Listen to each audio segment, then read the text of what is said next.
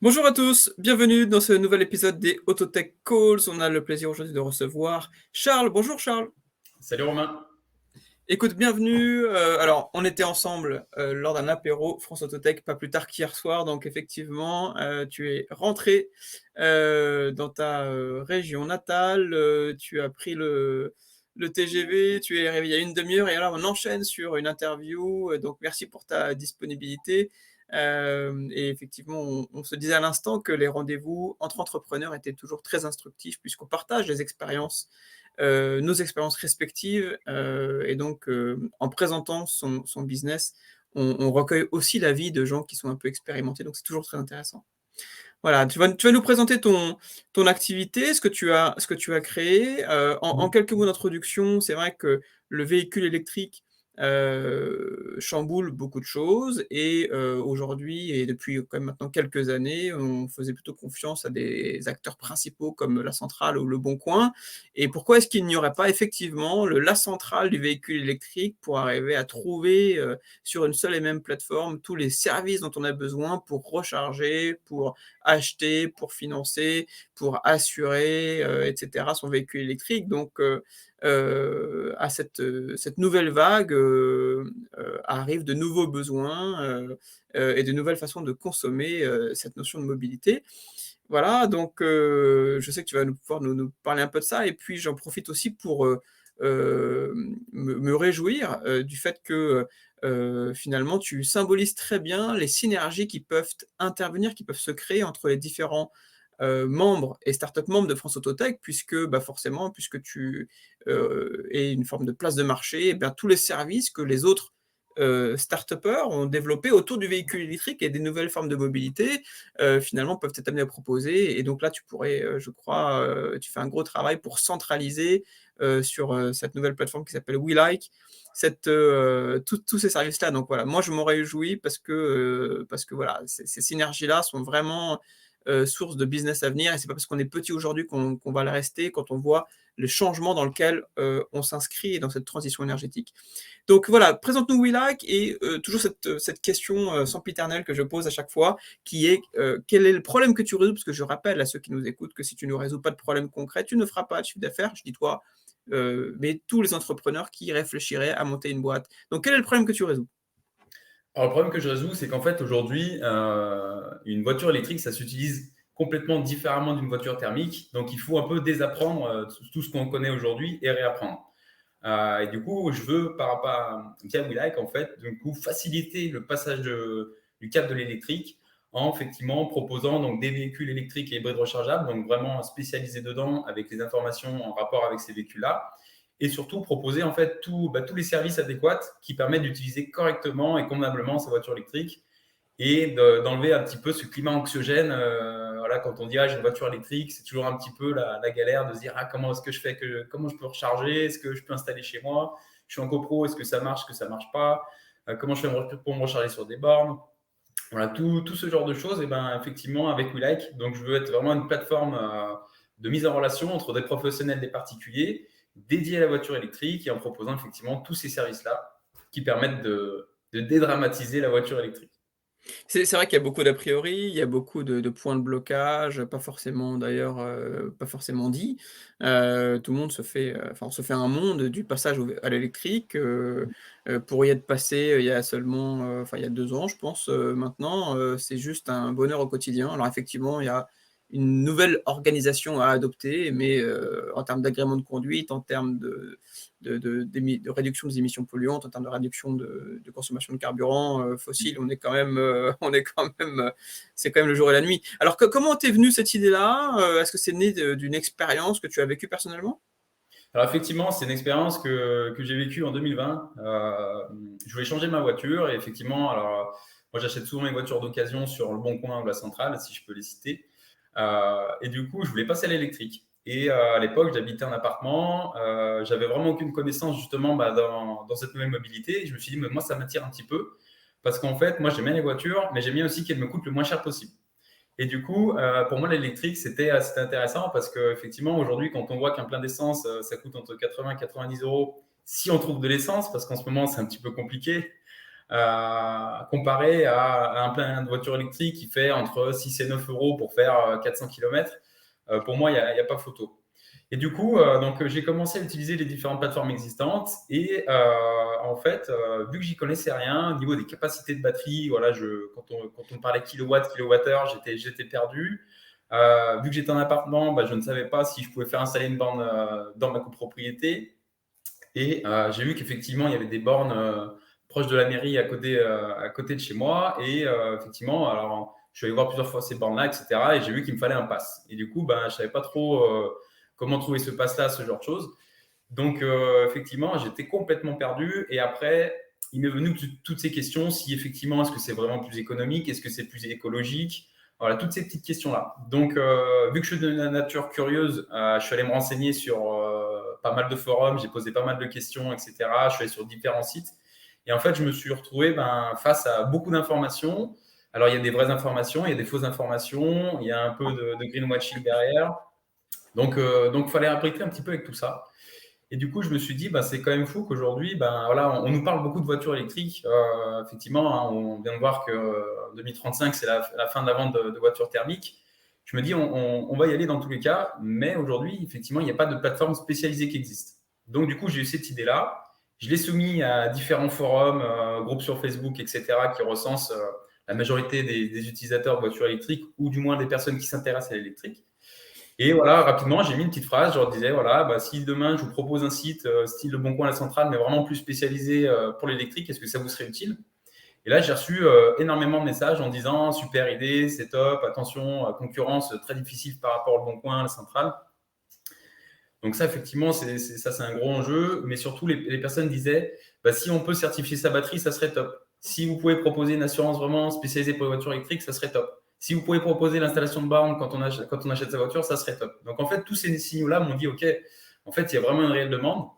Et plus je vais aujourd'hui sur les forums, etc., il y a beaucoup de personnes qui envoient leurs annonces du Bon Coin où ils ont mis leur voiture électrique et ils disent, en fait, c'est un peu la cata parce que je reçois beaucoup d'arnaques, etc. Est-ce que vous ne connaissez pas d'autres sites où je peux vendre ma voiture électrique en toute sécurité et dédié pour la voiture électrique? Donc les signaux du marché sont là.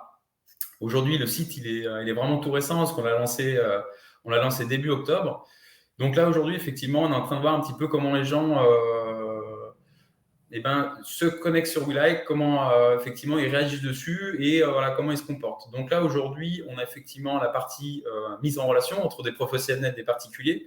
Donc aujourd'hui, je travaille avec plusieurs gros groupes donc qui me permettent d'avoir, aujourd'hui, je suis à 410 annonces. Le but, c'est d'arriver rapidement sur un volume de 1500 annonces de voitures électriques et hybrides rechargeables, 9 de démonstration. Donc ça, c'est des véhicules avec très peu de kilomètres et d'occasion, avec du professionnel, du particulier. Donc ça, c'est la première chose. Et la deuxième chose, c'est qu'en fait, on se rend compte que les gens, ils ont besoin un petit peu d'un coup de pouce, justement, parce que souvent, voilà, ils se disent, OK, moi, par exemple, j'hésite entre une Renault Zoé ou une Twingo ou une Renault Zoé ou une i208.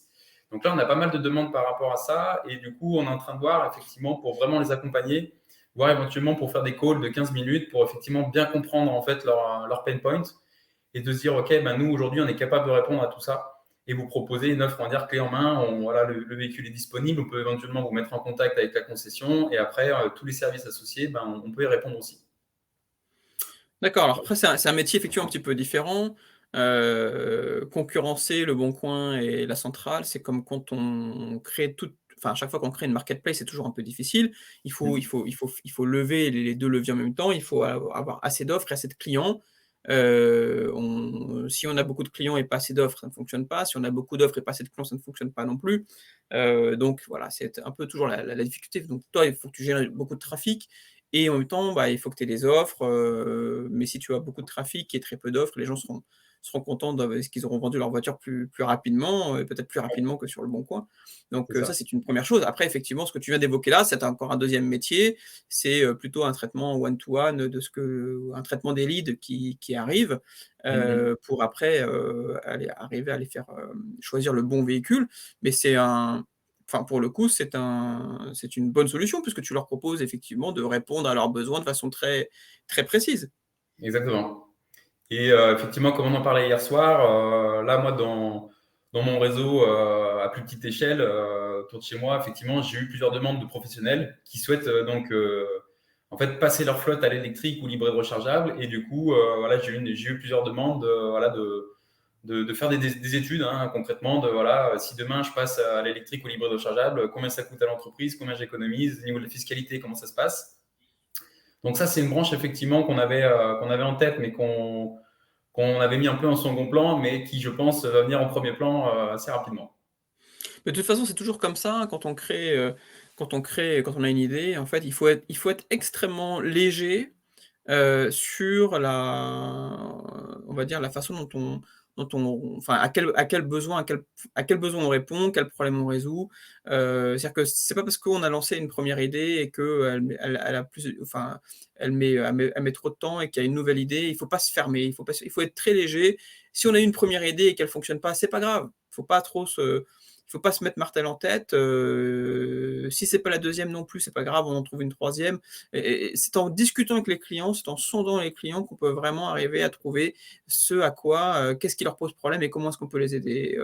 Il faut pas rester borné sur cette première idée parce qu'on met de l'ego ou parce qu'on met de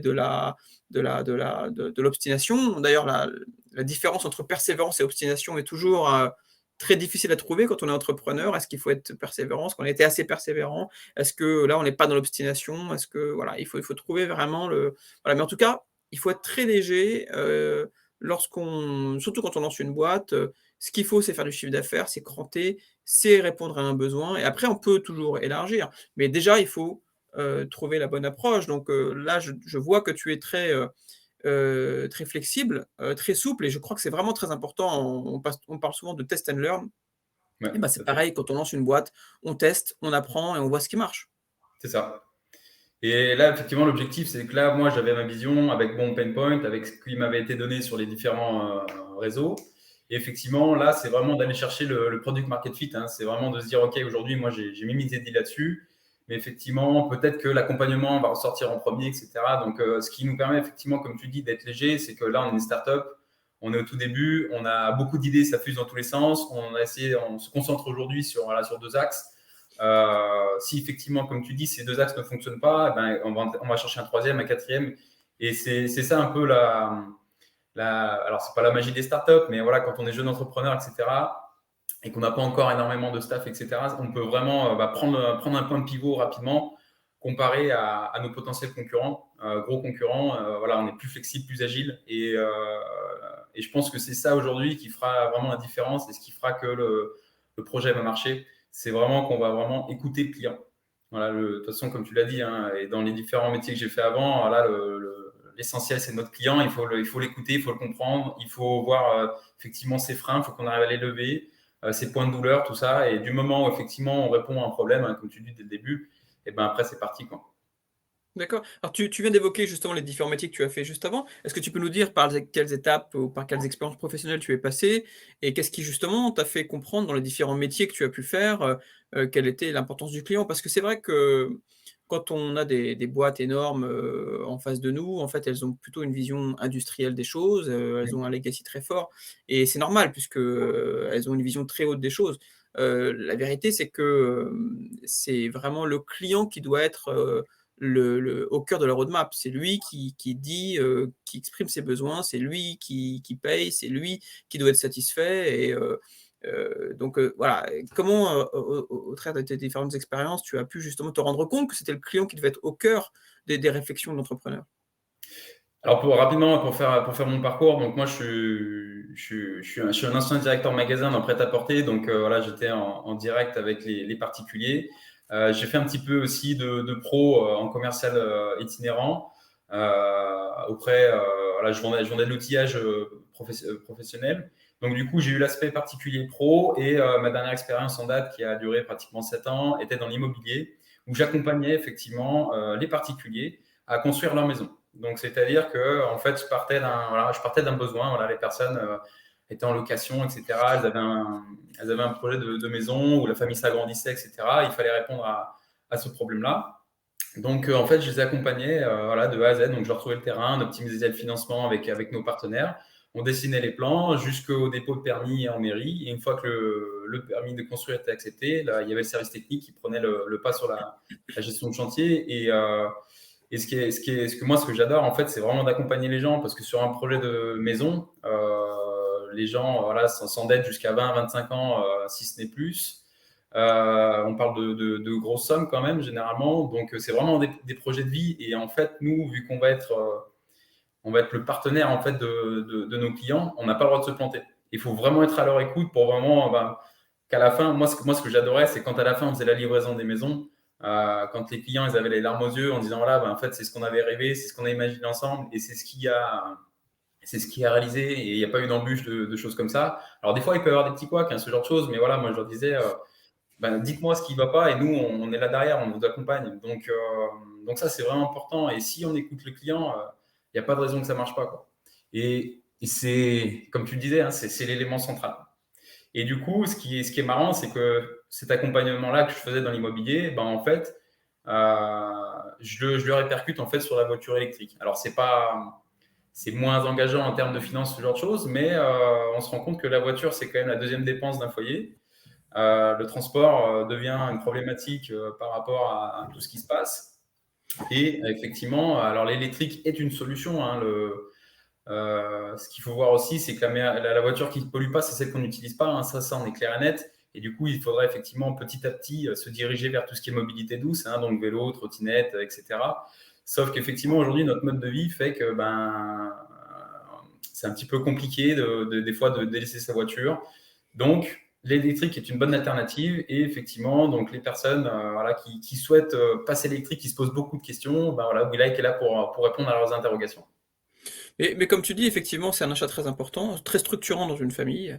Je crois qu'il y a un aspect qui est assez peu pris en compte, ou pas assez pris en compte, il me semble, c'est la dépréciation. C'est-à-dire que quelqu'un qui hésiterait aujourd'hui à passer sur l'électrique, c'est une chose, mais s'il se rabat sur un diesel, enfin la législation, les ZFE, la façon dont les villes évoluent et vont être amenées à filtrer finalement l'entrée dans la ville en fonction de la motorisation du véhicule, fait que, OK, on peut peut-être acheter un diesel aujourd'hui, mais quelle est sa valeur de revente, quoi? Enfin, le prix d'une voiture, c'est la différence entre l'achat et la revente.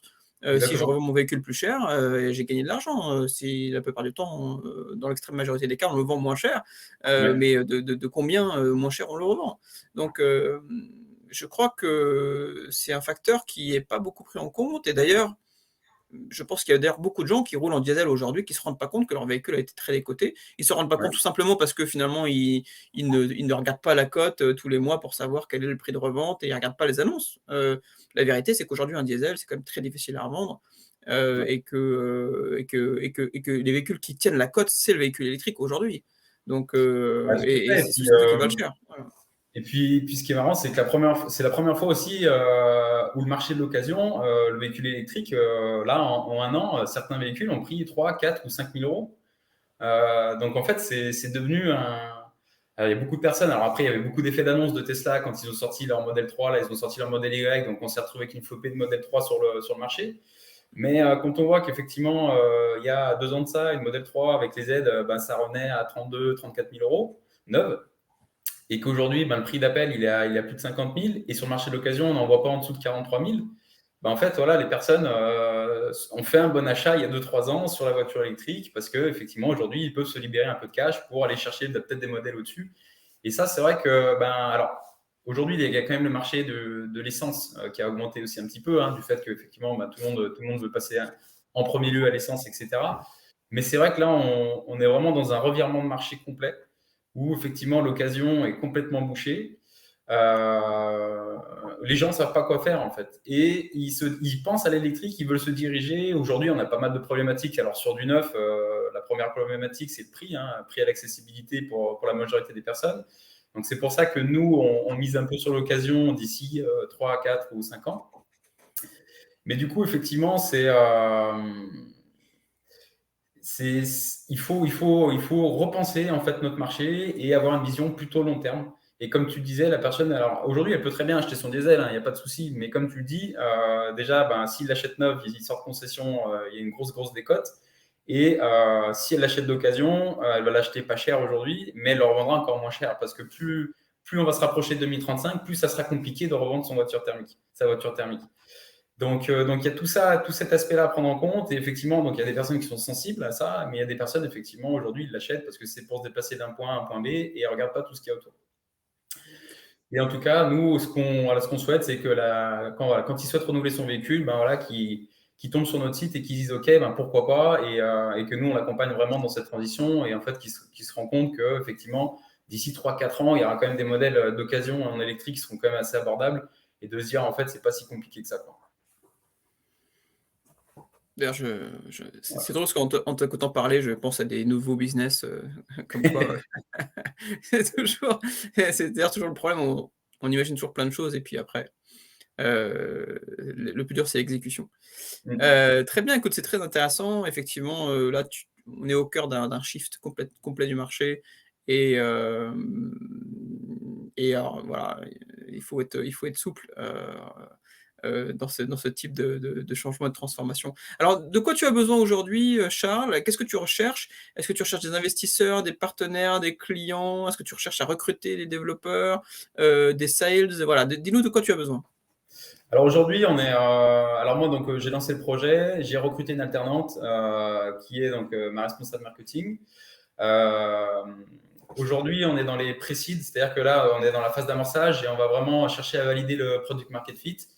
Et aujourd'hui, effectivement, on est à la recherche. Alors là, on va aller chercher tout ce qui est subvention du département, déjà, dans un premier temps, la bourse French Tech, la BPI. On est là-dedans. Et il se trouve que, effectivement, alors moi, je suis incubé sur Mâcon. Donc, du coup, c'est la région Bourgogne-Franche-Comté. Et donc, ils ont un dispositif où ce qu'aujourd'hui j'ai mis dans la société peut être valorisé pour le même montant.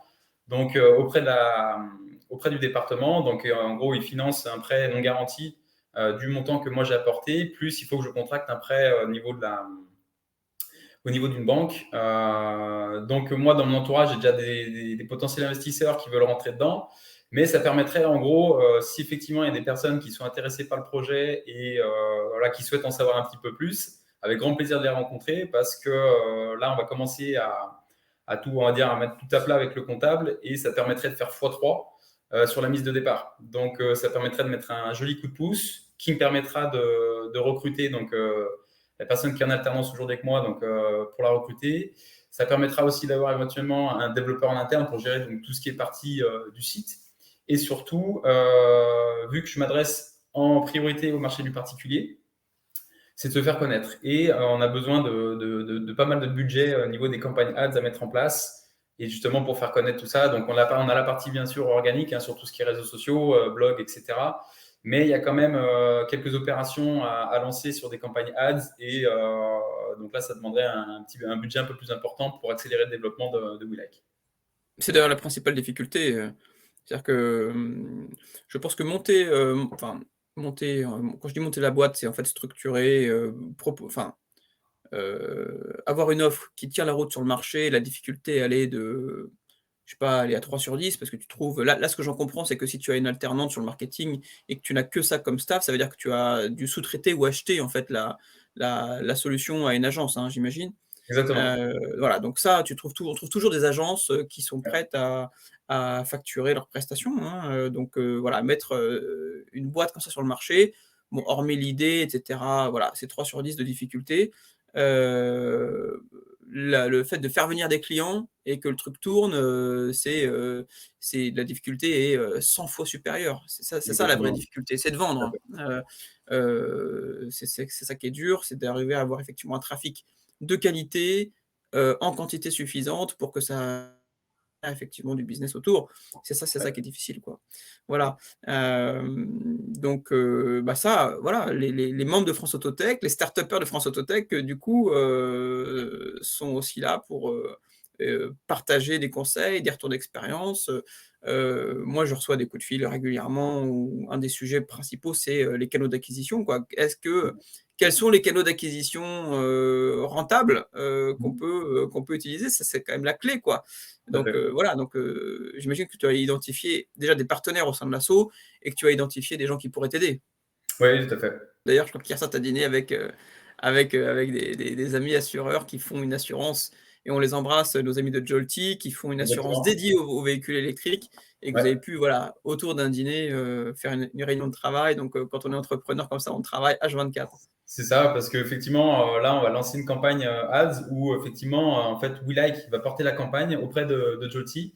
Le but, c'est de leur apporter un maximum de contacts et voilà, sur une offre promotionnelle timée, hein. Donc là, on offre 3 mois sur l'assurance auto voilà, avec Jolty. Donc voilà, ça permet aussi de faire notre première campagne axée sur un partenaire, de voir comment ça réagit et de permettre d'analyser ces données-là pour effectivement et ben, axer les prochaines campagnes avec les potentiels autres partenaires, dont The Plug et Charge Guru, chez qui on était à l'apéro hier soir. Tout à fait, ouais, qui nous ont fait le plaisir de nous Vous accueillir, accueillir. Ouais, et qui ont fait une très belle levée de fonds là, de plusieurs centaines de millions d'euros. exactement. Et c'est toujours un plaisir parce que encore une fois, l'association a 5 ans. Quand on a vu quand même beaucoup de boîtes démarrer et on a vu beaucoup de boîtes, à grandir très vite, on est sur une vague tellement forte que c'est pas parce qu'effectivement, enfin je vois encore des gens comme ChargeMaps, il y a 10 ans, on les prenait pour des illuminés, le fait de mapper les différentes bornes de recharge. Maintenant avec entre Automobile Propre, ChargeMap et tout ce qu'ils ont développé autour, on les voit plutôt comme des gens visionnaires, là où on les voyait il y a 10 ans comme des illuminés, où on ne comprenait pas ce qu'ils faisaient. C'est pour ça que voilà, quand on innove, on a toujours une bonne partie des gens qui nous voient d'un œil un petit peu interrogatif, si ce n'est moqueur parfois. Sauf que voilà, ceux qui arrivent effectivement à anticiper la façon dont les choses vont changer, finalement, on se rend compte qu'ils étaient peut-être plus visionnaires qu'autre chose. Et puis il y en a plein qui se plantent aussi parce que innover c'est dur, et puis parce que prédire l'avenir, et ben c'est encore plus dur et personne n'arrive à le faire. Mais après il y a des ressentis, il y a des choses dont on peut s'inspirer, voilà. Bah là, effectivement, moi, ce qui m'a conforté dans ce projet-là, c'est qu'en fait, voilà, il y a eu les accords de Paris hein, qui ont été signés, il y a la loi LOM, l'orientation des mobilités qui est mise en place, il y a la fin des ventes des voitures thermiques, il y a effectivement ben, le fait que le transport, c'est 31% des émissions de CO2. Voilà, il y a tout ça qui se met en place et je suis allé faire un tour au mondial, on en a parlé hier soir, voilà, le mondial de Paris. Effectivement, on voit que ben, le marché aujourd'hui, c'est 90% d'électrique, hein, tout ce qui va sortir. Un petit peu d'hydrogène, mais pour l'instant, ça reste au stade de concept car hein, pour certaines marques. Mais effectivement, alors on peut effectivement identifier ces signaux. Aujourd'hui, ils ont été quand même voilà, signés au niveau de l'Europe. Donc, ça concerne vraiment tout le monde. Et bon, c'est un virage qu'on aurait dû prendre il y a un petit moment, mais tu vois, ChargeMap, ils l'ont senti bien avant tout le monde. Et comme tu disais, hein, c'est eux qui ont pris le pari. Et aujourd'hui, ben, voilà, ils ont une force de frappe qui est un peu impressionnante. Et aujourd'hui, ben, voilà, quand on veut se déplacer, alors, sur mon site, effectivement, sur WeLike, je propose le Charge Pass, justement, pour pouvoir effectivement se recharger sur toutes les bornes et tout ça. Et quand on l'utilise, c'est un très bel outil qui est facilitateur voilà, de planification, d'itinéraire. Donc ouais, c'est toujours important d'avoir cette ligne directrice. Effectivement, j'ai plutôt moins de vision sur 5-10 ans. Euh, et quand on voit que le marché aujourd'hui, alors pas le marché, le parc automobile français, c'est qu'il y a plus de 41 millions de véhicules et que l'âge moyen du parc, c'est 11 ans. Donc on se dit que dans 11 ans, il y a la majorité des véhicules qui vont être renouvelés. Et donc il y a encore beaucoup, beaucoup de choses à faire. On est vraiment au tout début. Et voilà, c'est un marché qui est embryonnaire aujourd'hui. Et donc voilà, on va aller le chercher. On va essayer de le dessiner, de le créer ensemble. Voilà, toujours en restant à l'affût de l'environnement, de tout ce qui est acté voilà, au niveau national et européen, même mondial. Hein. Il faut être toujours en alerte par rapport à ça. Et voilà, donc on reste en alerte par rapport à ça et on espère voilà, trouver la bonne solution à tout le monde. Quoi. Ouais, effectivement, c'est 11 ans, c'était 8 ans et encore quelques années, le Ouais. parc, Donc là, les gens consomment leur vieillit. véhicule un peu plus. Ouais. Voilà, et c'est vrai que tu parlais de 2035, mais je pense que dès 2030, les principaux constructeurs n'offriront que des gammes électriques dans leur catalogue. Donc là, les quelques et 2030, c'est demain, hein, donc Ouais, c'est à clair. l'échelle de l'industrie.